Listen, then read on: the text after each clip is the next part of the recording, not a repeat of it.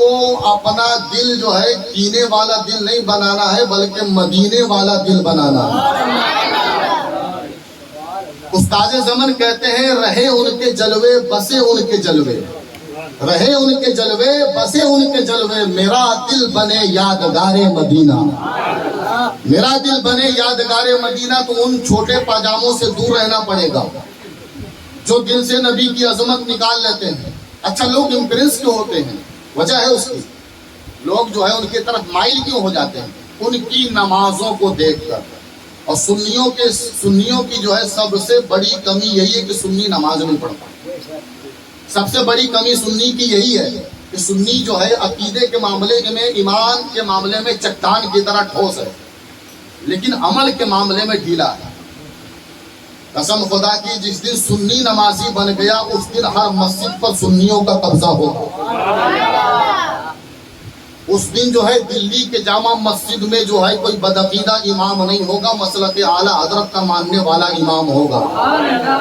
اگر ہم جو ہے نمازی بن گئے لیکن ہم نماز پڑھتے ہی نہیں، سنی ہے کیوں نماز پڑھیں گے؟ حضور مفتی اعظم نے بڑے افسوس کے ساتھ فرمایا تھا، توجہ کریں، حضور مفتی اعظم نے، شہزادہ اعلیٰ حضرت نے بڑے افسوس کے ساتھ فرمایا تھا، میرے آقا مفتی اعظم فرماتے ہیں کہ افسوس میرے سنیوں پر، فرماتے ہیں افسوس میرے سنیوں پر کہ جن کی نمازیں قبول ہوتی ہیں مگر پڑھتے نہیں ہیں۔ یہ مفتی اعظم کے جملے ہیں، سرکار مفتی اعظم فرماتے ہیں جنہیں ہم شبیہ غوث اعظم کہا جاتا ہے، جن بزرگوں نے خواب میں سرکار غوث اعظم کو دیکھا ہے، سرکار غوث اعظم کی زیارت کی ہے، جب ان کی نظر مفتی اعظم کے چہرے پہ پڑی تھی تو بے ساختہ انہوں نے کہا تھا یہ مصطفیٰ رضا نہیں، ہم شبیہ غوث اعظم ہیں، اس لیے کہ اس کی شکل کو دیکھنے کے بعد سرکار غوث اعظم کی یاد آتی ہے۔ ہم شبیہ غوث اعظم فرماتے ہیں افسوس مجھے اپنے سنیوں پر کہ جن کی نمازیں قبول تو ہوتی ہیں مگر پڑھتے نہیں، اور جن کی نمازیں قبول نہیں ہوتی ہے وہ ڈھیر پہ ڈھیر لگائے جا رہے ہیں، نماز پہ نماز، نماز پہ نماز، چلے پہ چلا۔ ان کی نمازوں کو دیکھ کر کے لوگ گمراہ ہو جاتے ہیں، ارے کتنا بڑا نمازی ہے، میں اس سے بڑا نمازی کو آپ کو دکھلاؤں جس نے 6 کروڑ برس عبادت کی ہے، اس سے بڑا کوئی نمازی ہے؟ جب وہ فیل ہو گیا، جب وہ 6 کروڑ برس والا فیل ہو گیا تو ان کو فیل ہوتے کتنا ٹائم لگے گا؟ ان کی نمازوں کو دیکھ کر یہ بہت بڑا نمازی ہے، تو نماز دیکھ کر کے لوگ جو ہے پھسل جاتے ہیں، یہ سوچتے ہیں کہ یار بہت بڑا نمازی، بہت بڑا دیندار ہے۔ آپ نے بگلا دیکھا ہے؟ بگلے کا کبھی آپ نے شکار کیا ہے؟ نہیں کیا ہے، کیونکہ مدھیہ پردیش میں اس کا کھانا جائز نہیں، اسلام میں منع نہیں ہے لیکن مدھیہ پردیش میں اس کا کھانا جائز نہیں ہے۔ بگلے کو آپ نے دیکھا ہوگا، بگلا جب شکار کرنے کے لیے جاتا ہے تو ندی کے کنارے بڑے سکون کے ساتھ بیٹھ جاتا ہے، نہ ہلتا نہ ڈولتا، نہ کچھ بولتا، نہ ادھر دیکھتا نہ ادھر دیکھتا، بالکل مونڈی جو ہے نیچے کی آرام سے بیٹھا رہتا ہے۔ چھوٹی چھوٹی مچھلیاں جب آگے بڑھنا چاہتی ہیں تو بڑی مچھلیاں کہتی ہے خبردار، وہ جو تم کو دور بیٹھا صوفی نظر آ رہا ہے وہ اصل میں صوفی نہیں بلکہ کوفی ہے، وہ صوفی نہیں بلکہ کوفی ہے۔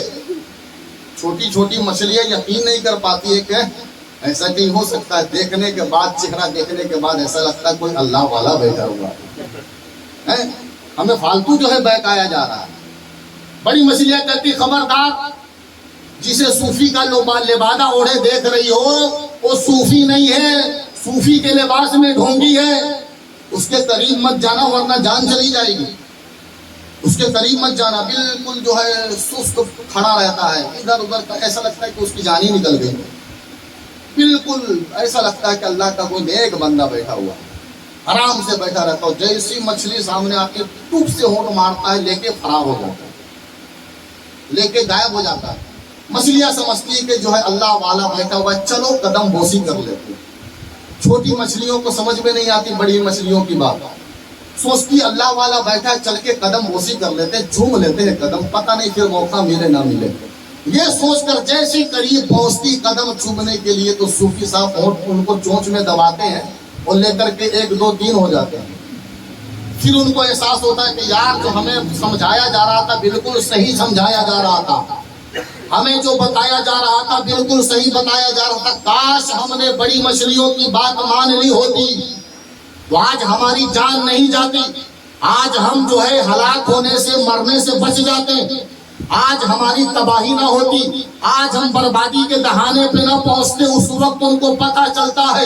ہمارے علماء فرماتے رہتے وہابی سے دور رہو, بد مذہب سے دور رہو, نیچری سے دور رہو, غیر مقلد سے دور رہو, نبی کے دشمنوں نبی کے گستاخوں سے دور رہو. مگر سلہ کلیوں کو یہ بات سمجھ میں نہیں آتی. وہ تو سمجھتے ہیں کہ یہ مولانا لوگ جھگڑا فساد کی بات کرتے ہیں, لڑانے کی بات کرتے ہیں, لیکن جس دن ان کے دامن فریب میں آ جاتا ہے, ان کے چنگل میں پھنس جاتا ہے, اور جس دن یہی انسان جو آج نعرے رسالت کے نعرے بلند کر رہا ہے کل کو نبی پاک کی شان میں گستاخی کرنا شروع کر دیتا ہے, تب اس کو احساس ہوتا ہے کہ کاش ہم نے جو ہے علماء اہل سنت کی باتوں کو مان لیا ہوتا تو آج ہمارا ایمان برباد نہ ہوتا, آج ہمارا عقیدہ تباہ نہ ہوتا, آج ہمارا ایمان ختم نہ ہوتا, آج ہم بھی نبی کے گستاخوں میں شامل نہ کیے جاتے, آج ہم نبی کے وفاداروں میں شمار کیے جاتے. اگر ہم نے علماء اہل سنت کی باتوں کو مانا ہوتا, ان کی باتوں پر ہم نے عمل کر لیا ہوتا. لیکن جو ہے لوگ سمجھتے نہیں ہیں, جب سمجھ میں آتا ہے, جب تک ان کا سب کچھ ختم ہو چکا ہوتا ہے, ایمان لٹ چکا ہوتا ہے, عقیدہ تباہ ہو چکا ہوتا ہے, اس کے بعد اس کو سمجھ میں آتا ہے تو پھر کرے تو کیا کرے, آخر کچھ کر بھی نہیں سکتا ہے. اسی لیے جو ہے علماء جو بتائیں اس کو آپ جو ہے ذہن میں بٹھائیں اور اس پر عمل کریں. علماء اہل سنت کی باتوں پر اگر آپ نے عمل کر لیا تو انشاءاللہ آپ کی دنیا بھی تباہ ہونے سے بچ جائے گی اور آپ کا آخرت بھی تباہ ہونے سے بچ جائے گا.